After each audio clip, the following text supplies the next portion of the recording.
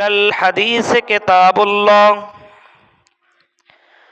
وخير الهدي هدي محمد صلى الله عليه وسلم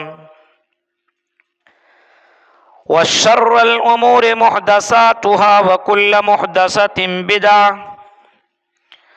وكل بدعة ضلالة وكل ضلالة في النار. اعوذ باللہ من الشیطان الرجیم. بسم اللہ الرحمن الرحیم. یا ایہا الناس انا خلقناکم من ذکر وانثی وجعلناکم شعوبا وقبائل لتعارفوا ان اکرمکم عند اللہ اتقاکم ان اللہ علیم خبیر. وقال النبی صلی اللہ علیہ وسلم لیس الکذاب الذی یصلح بین الناس. رواہ مسلم. رب اشرح لی صدری ویسر لی امری وحلل عقدۃ من لسانی یفقہوا قولی. اللہم رب زدنی علما. آمین. قابل احترام جامع مسجد صدل پور کلا کے نہایتی اہم ذمہ داران و ممبران و سامعین حضرات، آپ کے جامع مسجد میں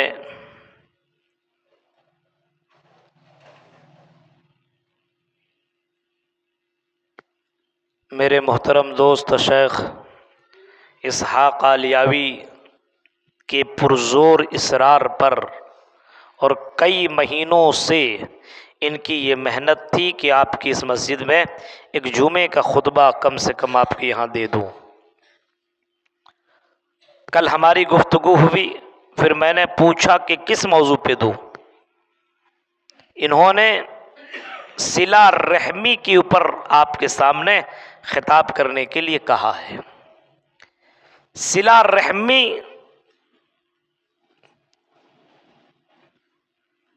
حقیقت میں ہی سب سے بڑی عبادت ہے.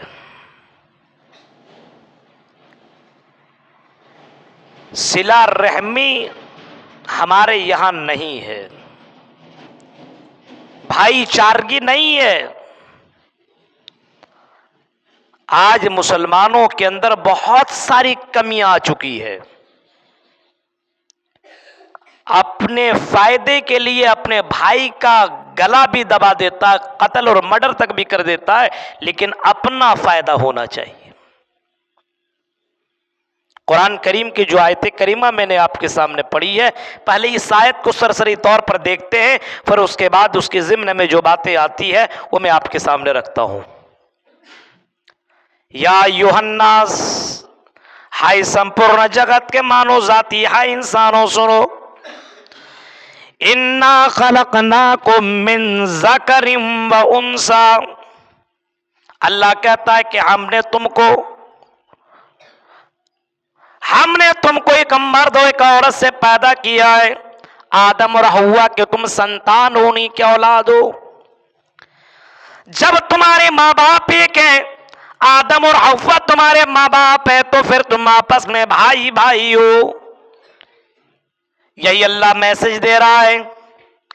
تم برادریوں میں بانٹے گئے، جماعت میں، گروپ میں، خاندان میں بانٹ دیے گئے ہو، لیکن کوئی برادری کے حساب سے، خاندانی کے اعتبار سے، امیر اور غریب کے اعتبار سے، اونچ نیچ یا پھر گورا اور کالا کے اعتبار سے کوئی اللہ کے یہاں کوئی مقام حاصل نہیں کرتا ہے، بلکہ اللہ کے یہاں پیارا وہ ہے ان اکرمکم عند اللہ اتقاکم، جو تم میں سب سے زیادہ اللہ سے ڈرنے والا ہو. اللہ سے زیادہ کون ڈرے گا؟ جس کے اندر تقوی ہوگا، جس کے اندر اس بات کی فکر ہوگی کہ دنیا کے اندر ہم کچھ بھی کریں اللہ کے یہاں جواب دینا ہوگا. آج ہمارے یہاں صلہ رحمی نہیں، آج بھائی بھائی میں دشمنی ہے، باپ بیٹے میں دشمنی ہے، ماں بیٹے میں دشمنی ہے، رشتہ دار میں باتیں نہیں ہو رہی ہے۔ غور کرو میرے بھائیوں، صلہ رحمی اپنے یہاں سے ختم ہوتی چلی جا رہی ہے۔ رشتہ داروں کی، بس ہمارے یہاں ایک ہی رشتے کی ویلو ہے، وہ ہے داماد جی، بس اسی کو کھلایا جاتا ہے، پلایا جاتا ہے۔ پوچھا گیا اتنا داماد کا کیوں ویلو کرتے ہو، اتنی عزت کیوں ہے؟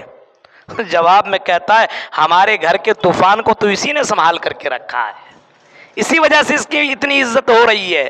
ہمارے یہاں صرف داماد کی عزت ہے میرے پیارے ساتھیوں، نہیں، اسلام میں کھلانے اور پلانے اور اس کی عزت کرنا اور رشتہ دار کا خیال کرنا، وَيُطْعِمُونَ الطَّعَامَ عَلَىٰ حُبِّهِ مِسْكِينًا وَيَتِيمًا وَأَسِيرًا کہا گیا۔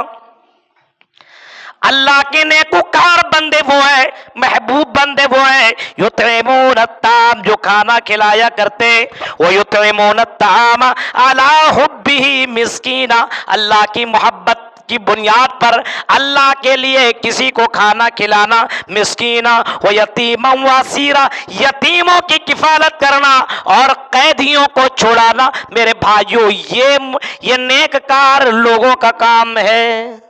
صلہ رحمی اللہ کو بہت ہی زیادہ پسند ہے۔ اور ایک بات اور میں آپ کو بتا دوں،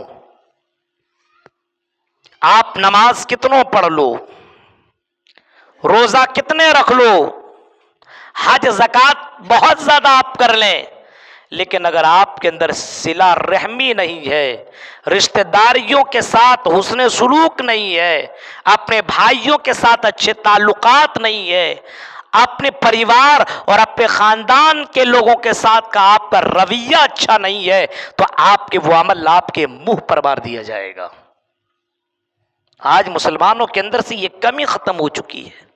میرے پیارے ساتھیوں، صحابہ، غور کریں گے صحابہ آپس میں کتنی محبت کیا کرتے تھے۔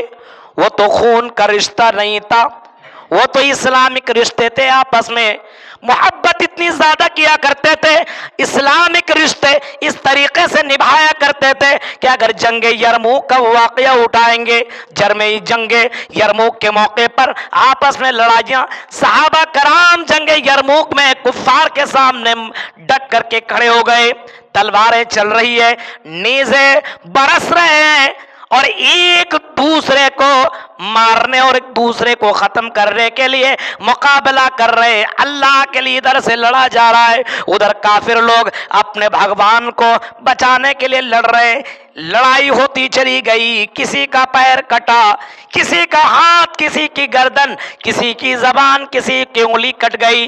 اسی دوران جب اس حالت میں، اس پوزیشن میں مسلمان گرتا ہے، ہاتھ کٹا ہوا، پیر کٹا ہوا ہے، گرمی کا موسم ہے، پیاس کے مارے تڑپ رہا ہے، اور ایسے موقع پہ کہتا ہے اللہ تش اللہ تش اللہ تش، مجھے پانی دے دو، پانی دے دو، پیاس کے مارے میرا حلق سوکھا جا رہا ہے۔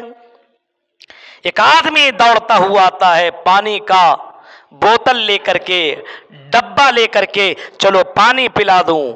جیسے مسلمان بھائی کو پانی پلانے کے لیے آگے بڑھتا ہے، اور جیسی پانی اس کے منہ پر ڈالتا ہے کہ اس کے بغل سے بھی یہی آواز آتی ہے اللہ تش اللہ تش اللہ تش، مجھے پانی پلا دو، مجھے بھی پیاس لگی ہوئی ہے۔ یہ بندہ ابھی مرنے کی پوزیشن میں ہے، اب نہ تب اس کی جان چلی جائے گی، حلق سوکھ رہا ہے، اتنا زیادہ اس کو پیاس، اتنی زیادہ پیاس لگی ہوئی ہے، لیکن اپنے بھائی سے، اور اسلامک رشتہ کتنا مضبوط ہے اور کتنی زیادہ محبت اپنے بھائیوں سے کرتا ہے، اپنے مسلمانوں سے تعلق کتنا زیادہ ہے، اندازہ لگاؤ، حلق سوکھا جا رہا ہے، لیکن جیسے اپنے بھائی کی زبان سے سنتا ہے اللہ تش مجھے بھی پانی پلا دو، یہ بندہ کہتا پہلے میرے بھائی کو پانی پلاؤ، بعد میں مجھے پانی پلانا۔ کیسے لوگ تھے؟